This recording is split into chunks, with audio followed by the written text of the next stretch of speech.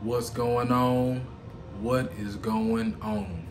It is your boy Smooth Blaze, and I would like to bring you back and welcome you to Walking with a Purpose, Embracing the Journey Before Reaching the Destination, episode 4.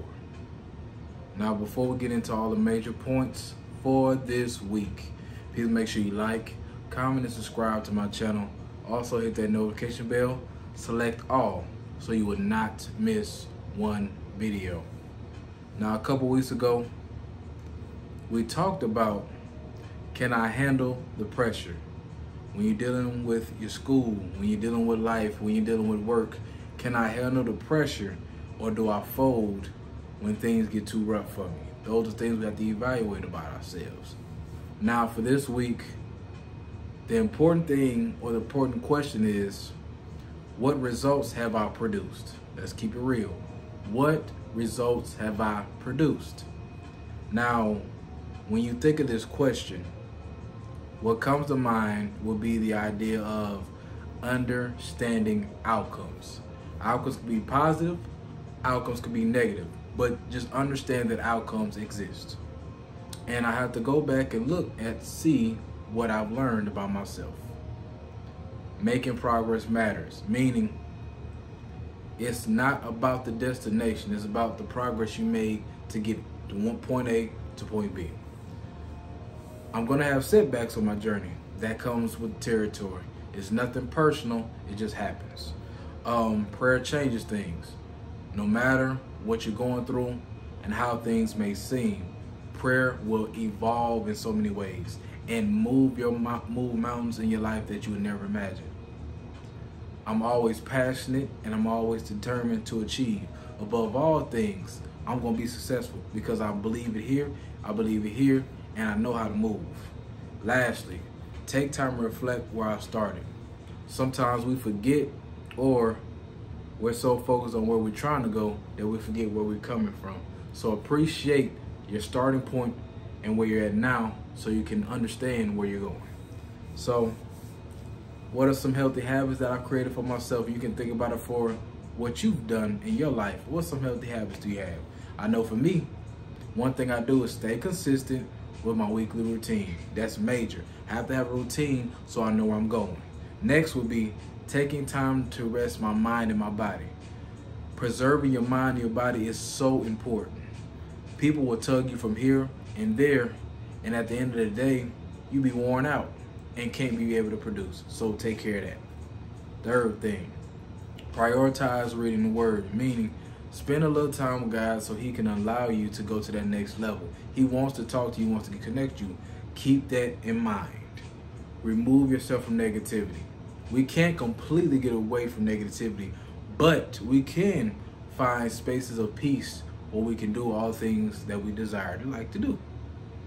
Lastly, learn to enjoy the simple things in life and celebrate victories.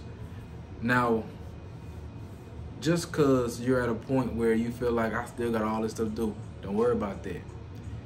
If you're able to finally pay off something, that's an accomplishment. If you're able to get through the week, that's an accomplishment. If you're able to say that I read the Bible every single day of this week, that's an accomplishment. So take care of that. Now, as we look at time, which is very important and it waits for nobody, we have to look at this and ask ourselves a couple questions. The first one be, as I reflect over my outcomes, did I utilize my time well or wasted? We can see the fruits of our labor and what we produce, but when we think about the time it took to get to that point, did we lag and drag our feet, or did we get there faster than what we expected? That's real talk. And if I did waste too much of my time, what can I do to improve in the future? Now, in life, sometimes when you waste your time, you can get the job done, but it still have a negative impact on your character or on your reputation. So when you value not only your time, but another person's time, it makes life a lot easier. Your time is precious because people die when younger, People die when they're older, but at the end of the day, if you maximize on the time that you do, you would never fail. Relationships, this is major.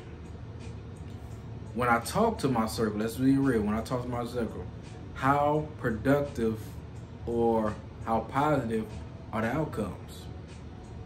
Because people that's in your circle that you are connected with, that you talk to regularly, do they have negative outcomes or do they have positive outcomes? If all y'all doing well and y'all have positive outcomes and sometimes y'all have a little negative, it's cool because y'all are all on the same page, y'all keep each other accountable, and you're aligned. Now, another question you have to ask. Was I able to inspire someone that I'm close to hit a major milestone? In life, there's going to be situations where you may have a friend or a close friend or whoever that's going through things, and they're struggling with certain things, which kind of makes them question whether or not they're going to hit a milestone. What have you done to help inspire them to go to the next level? What words can you give them to push them to that next level? All right. Next, we're going to talk about financial management. Ooh, this is going to be hard to talk about, but we got to get to it. First and foremost, as we reach the end of 2023, let's talk about it.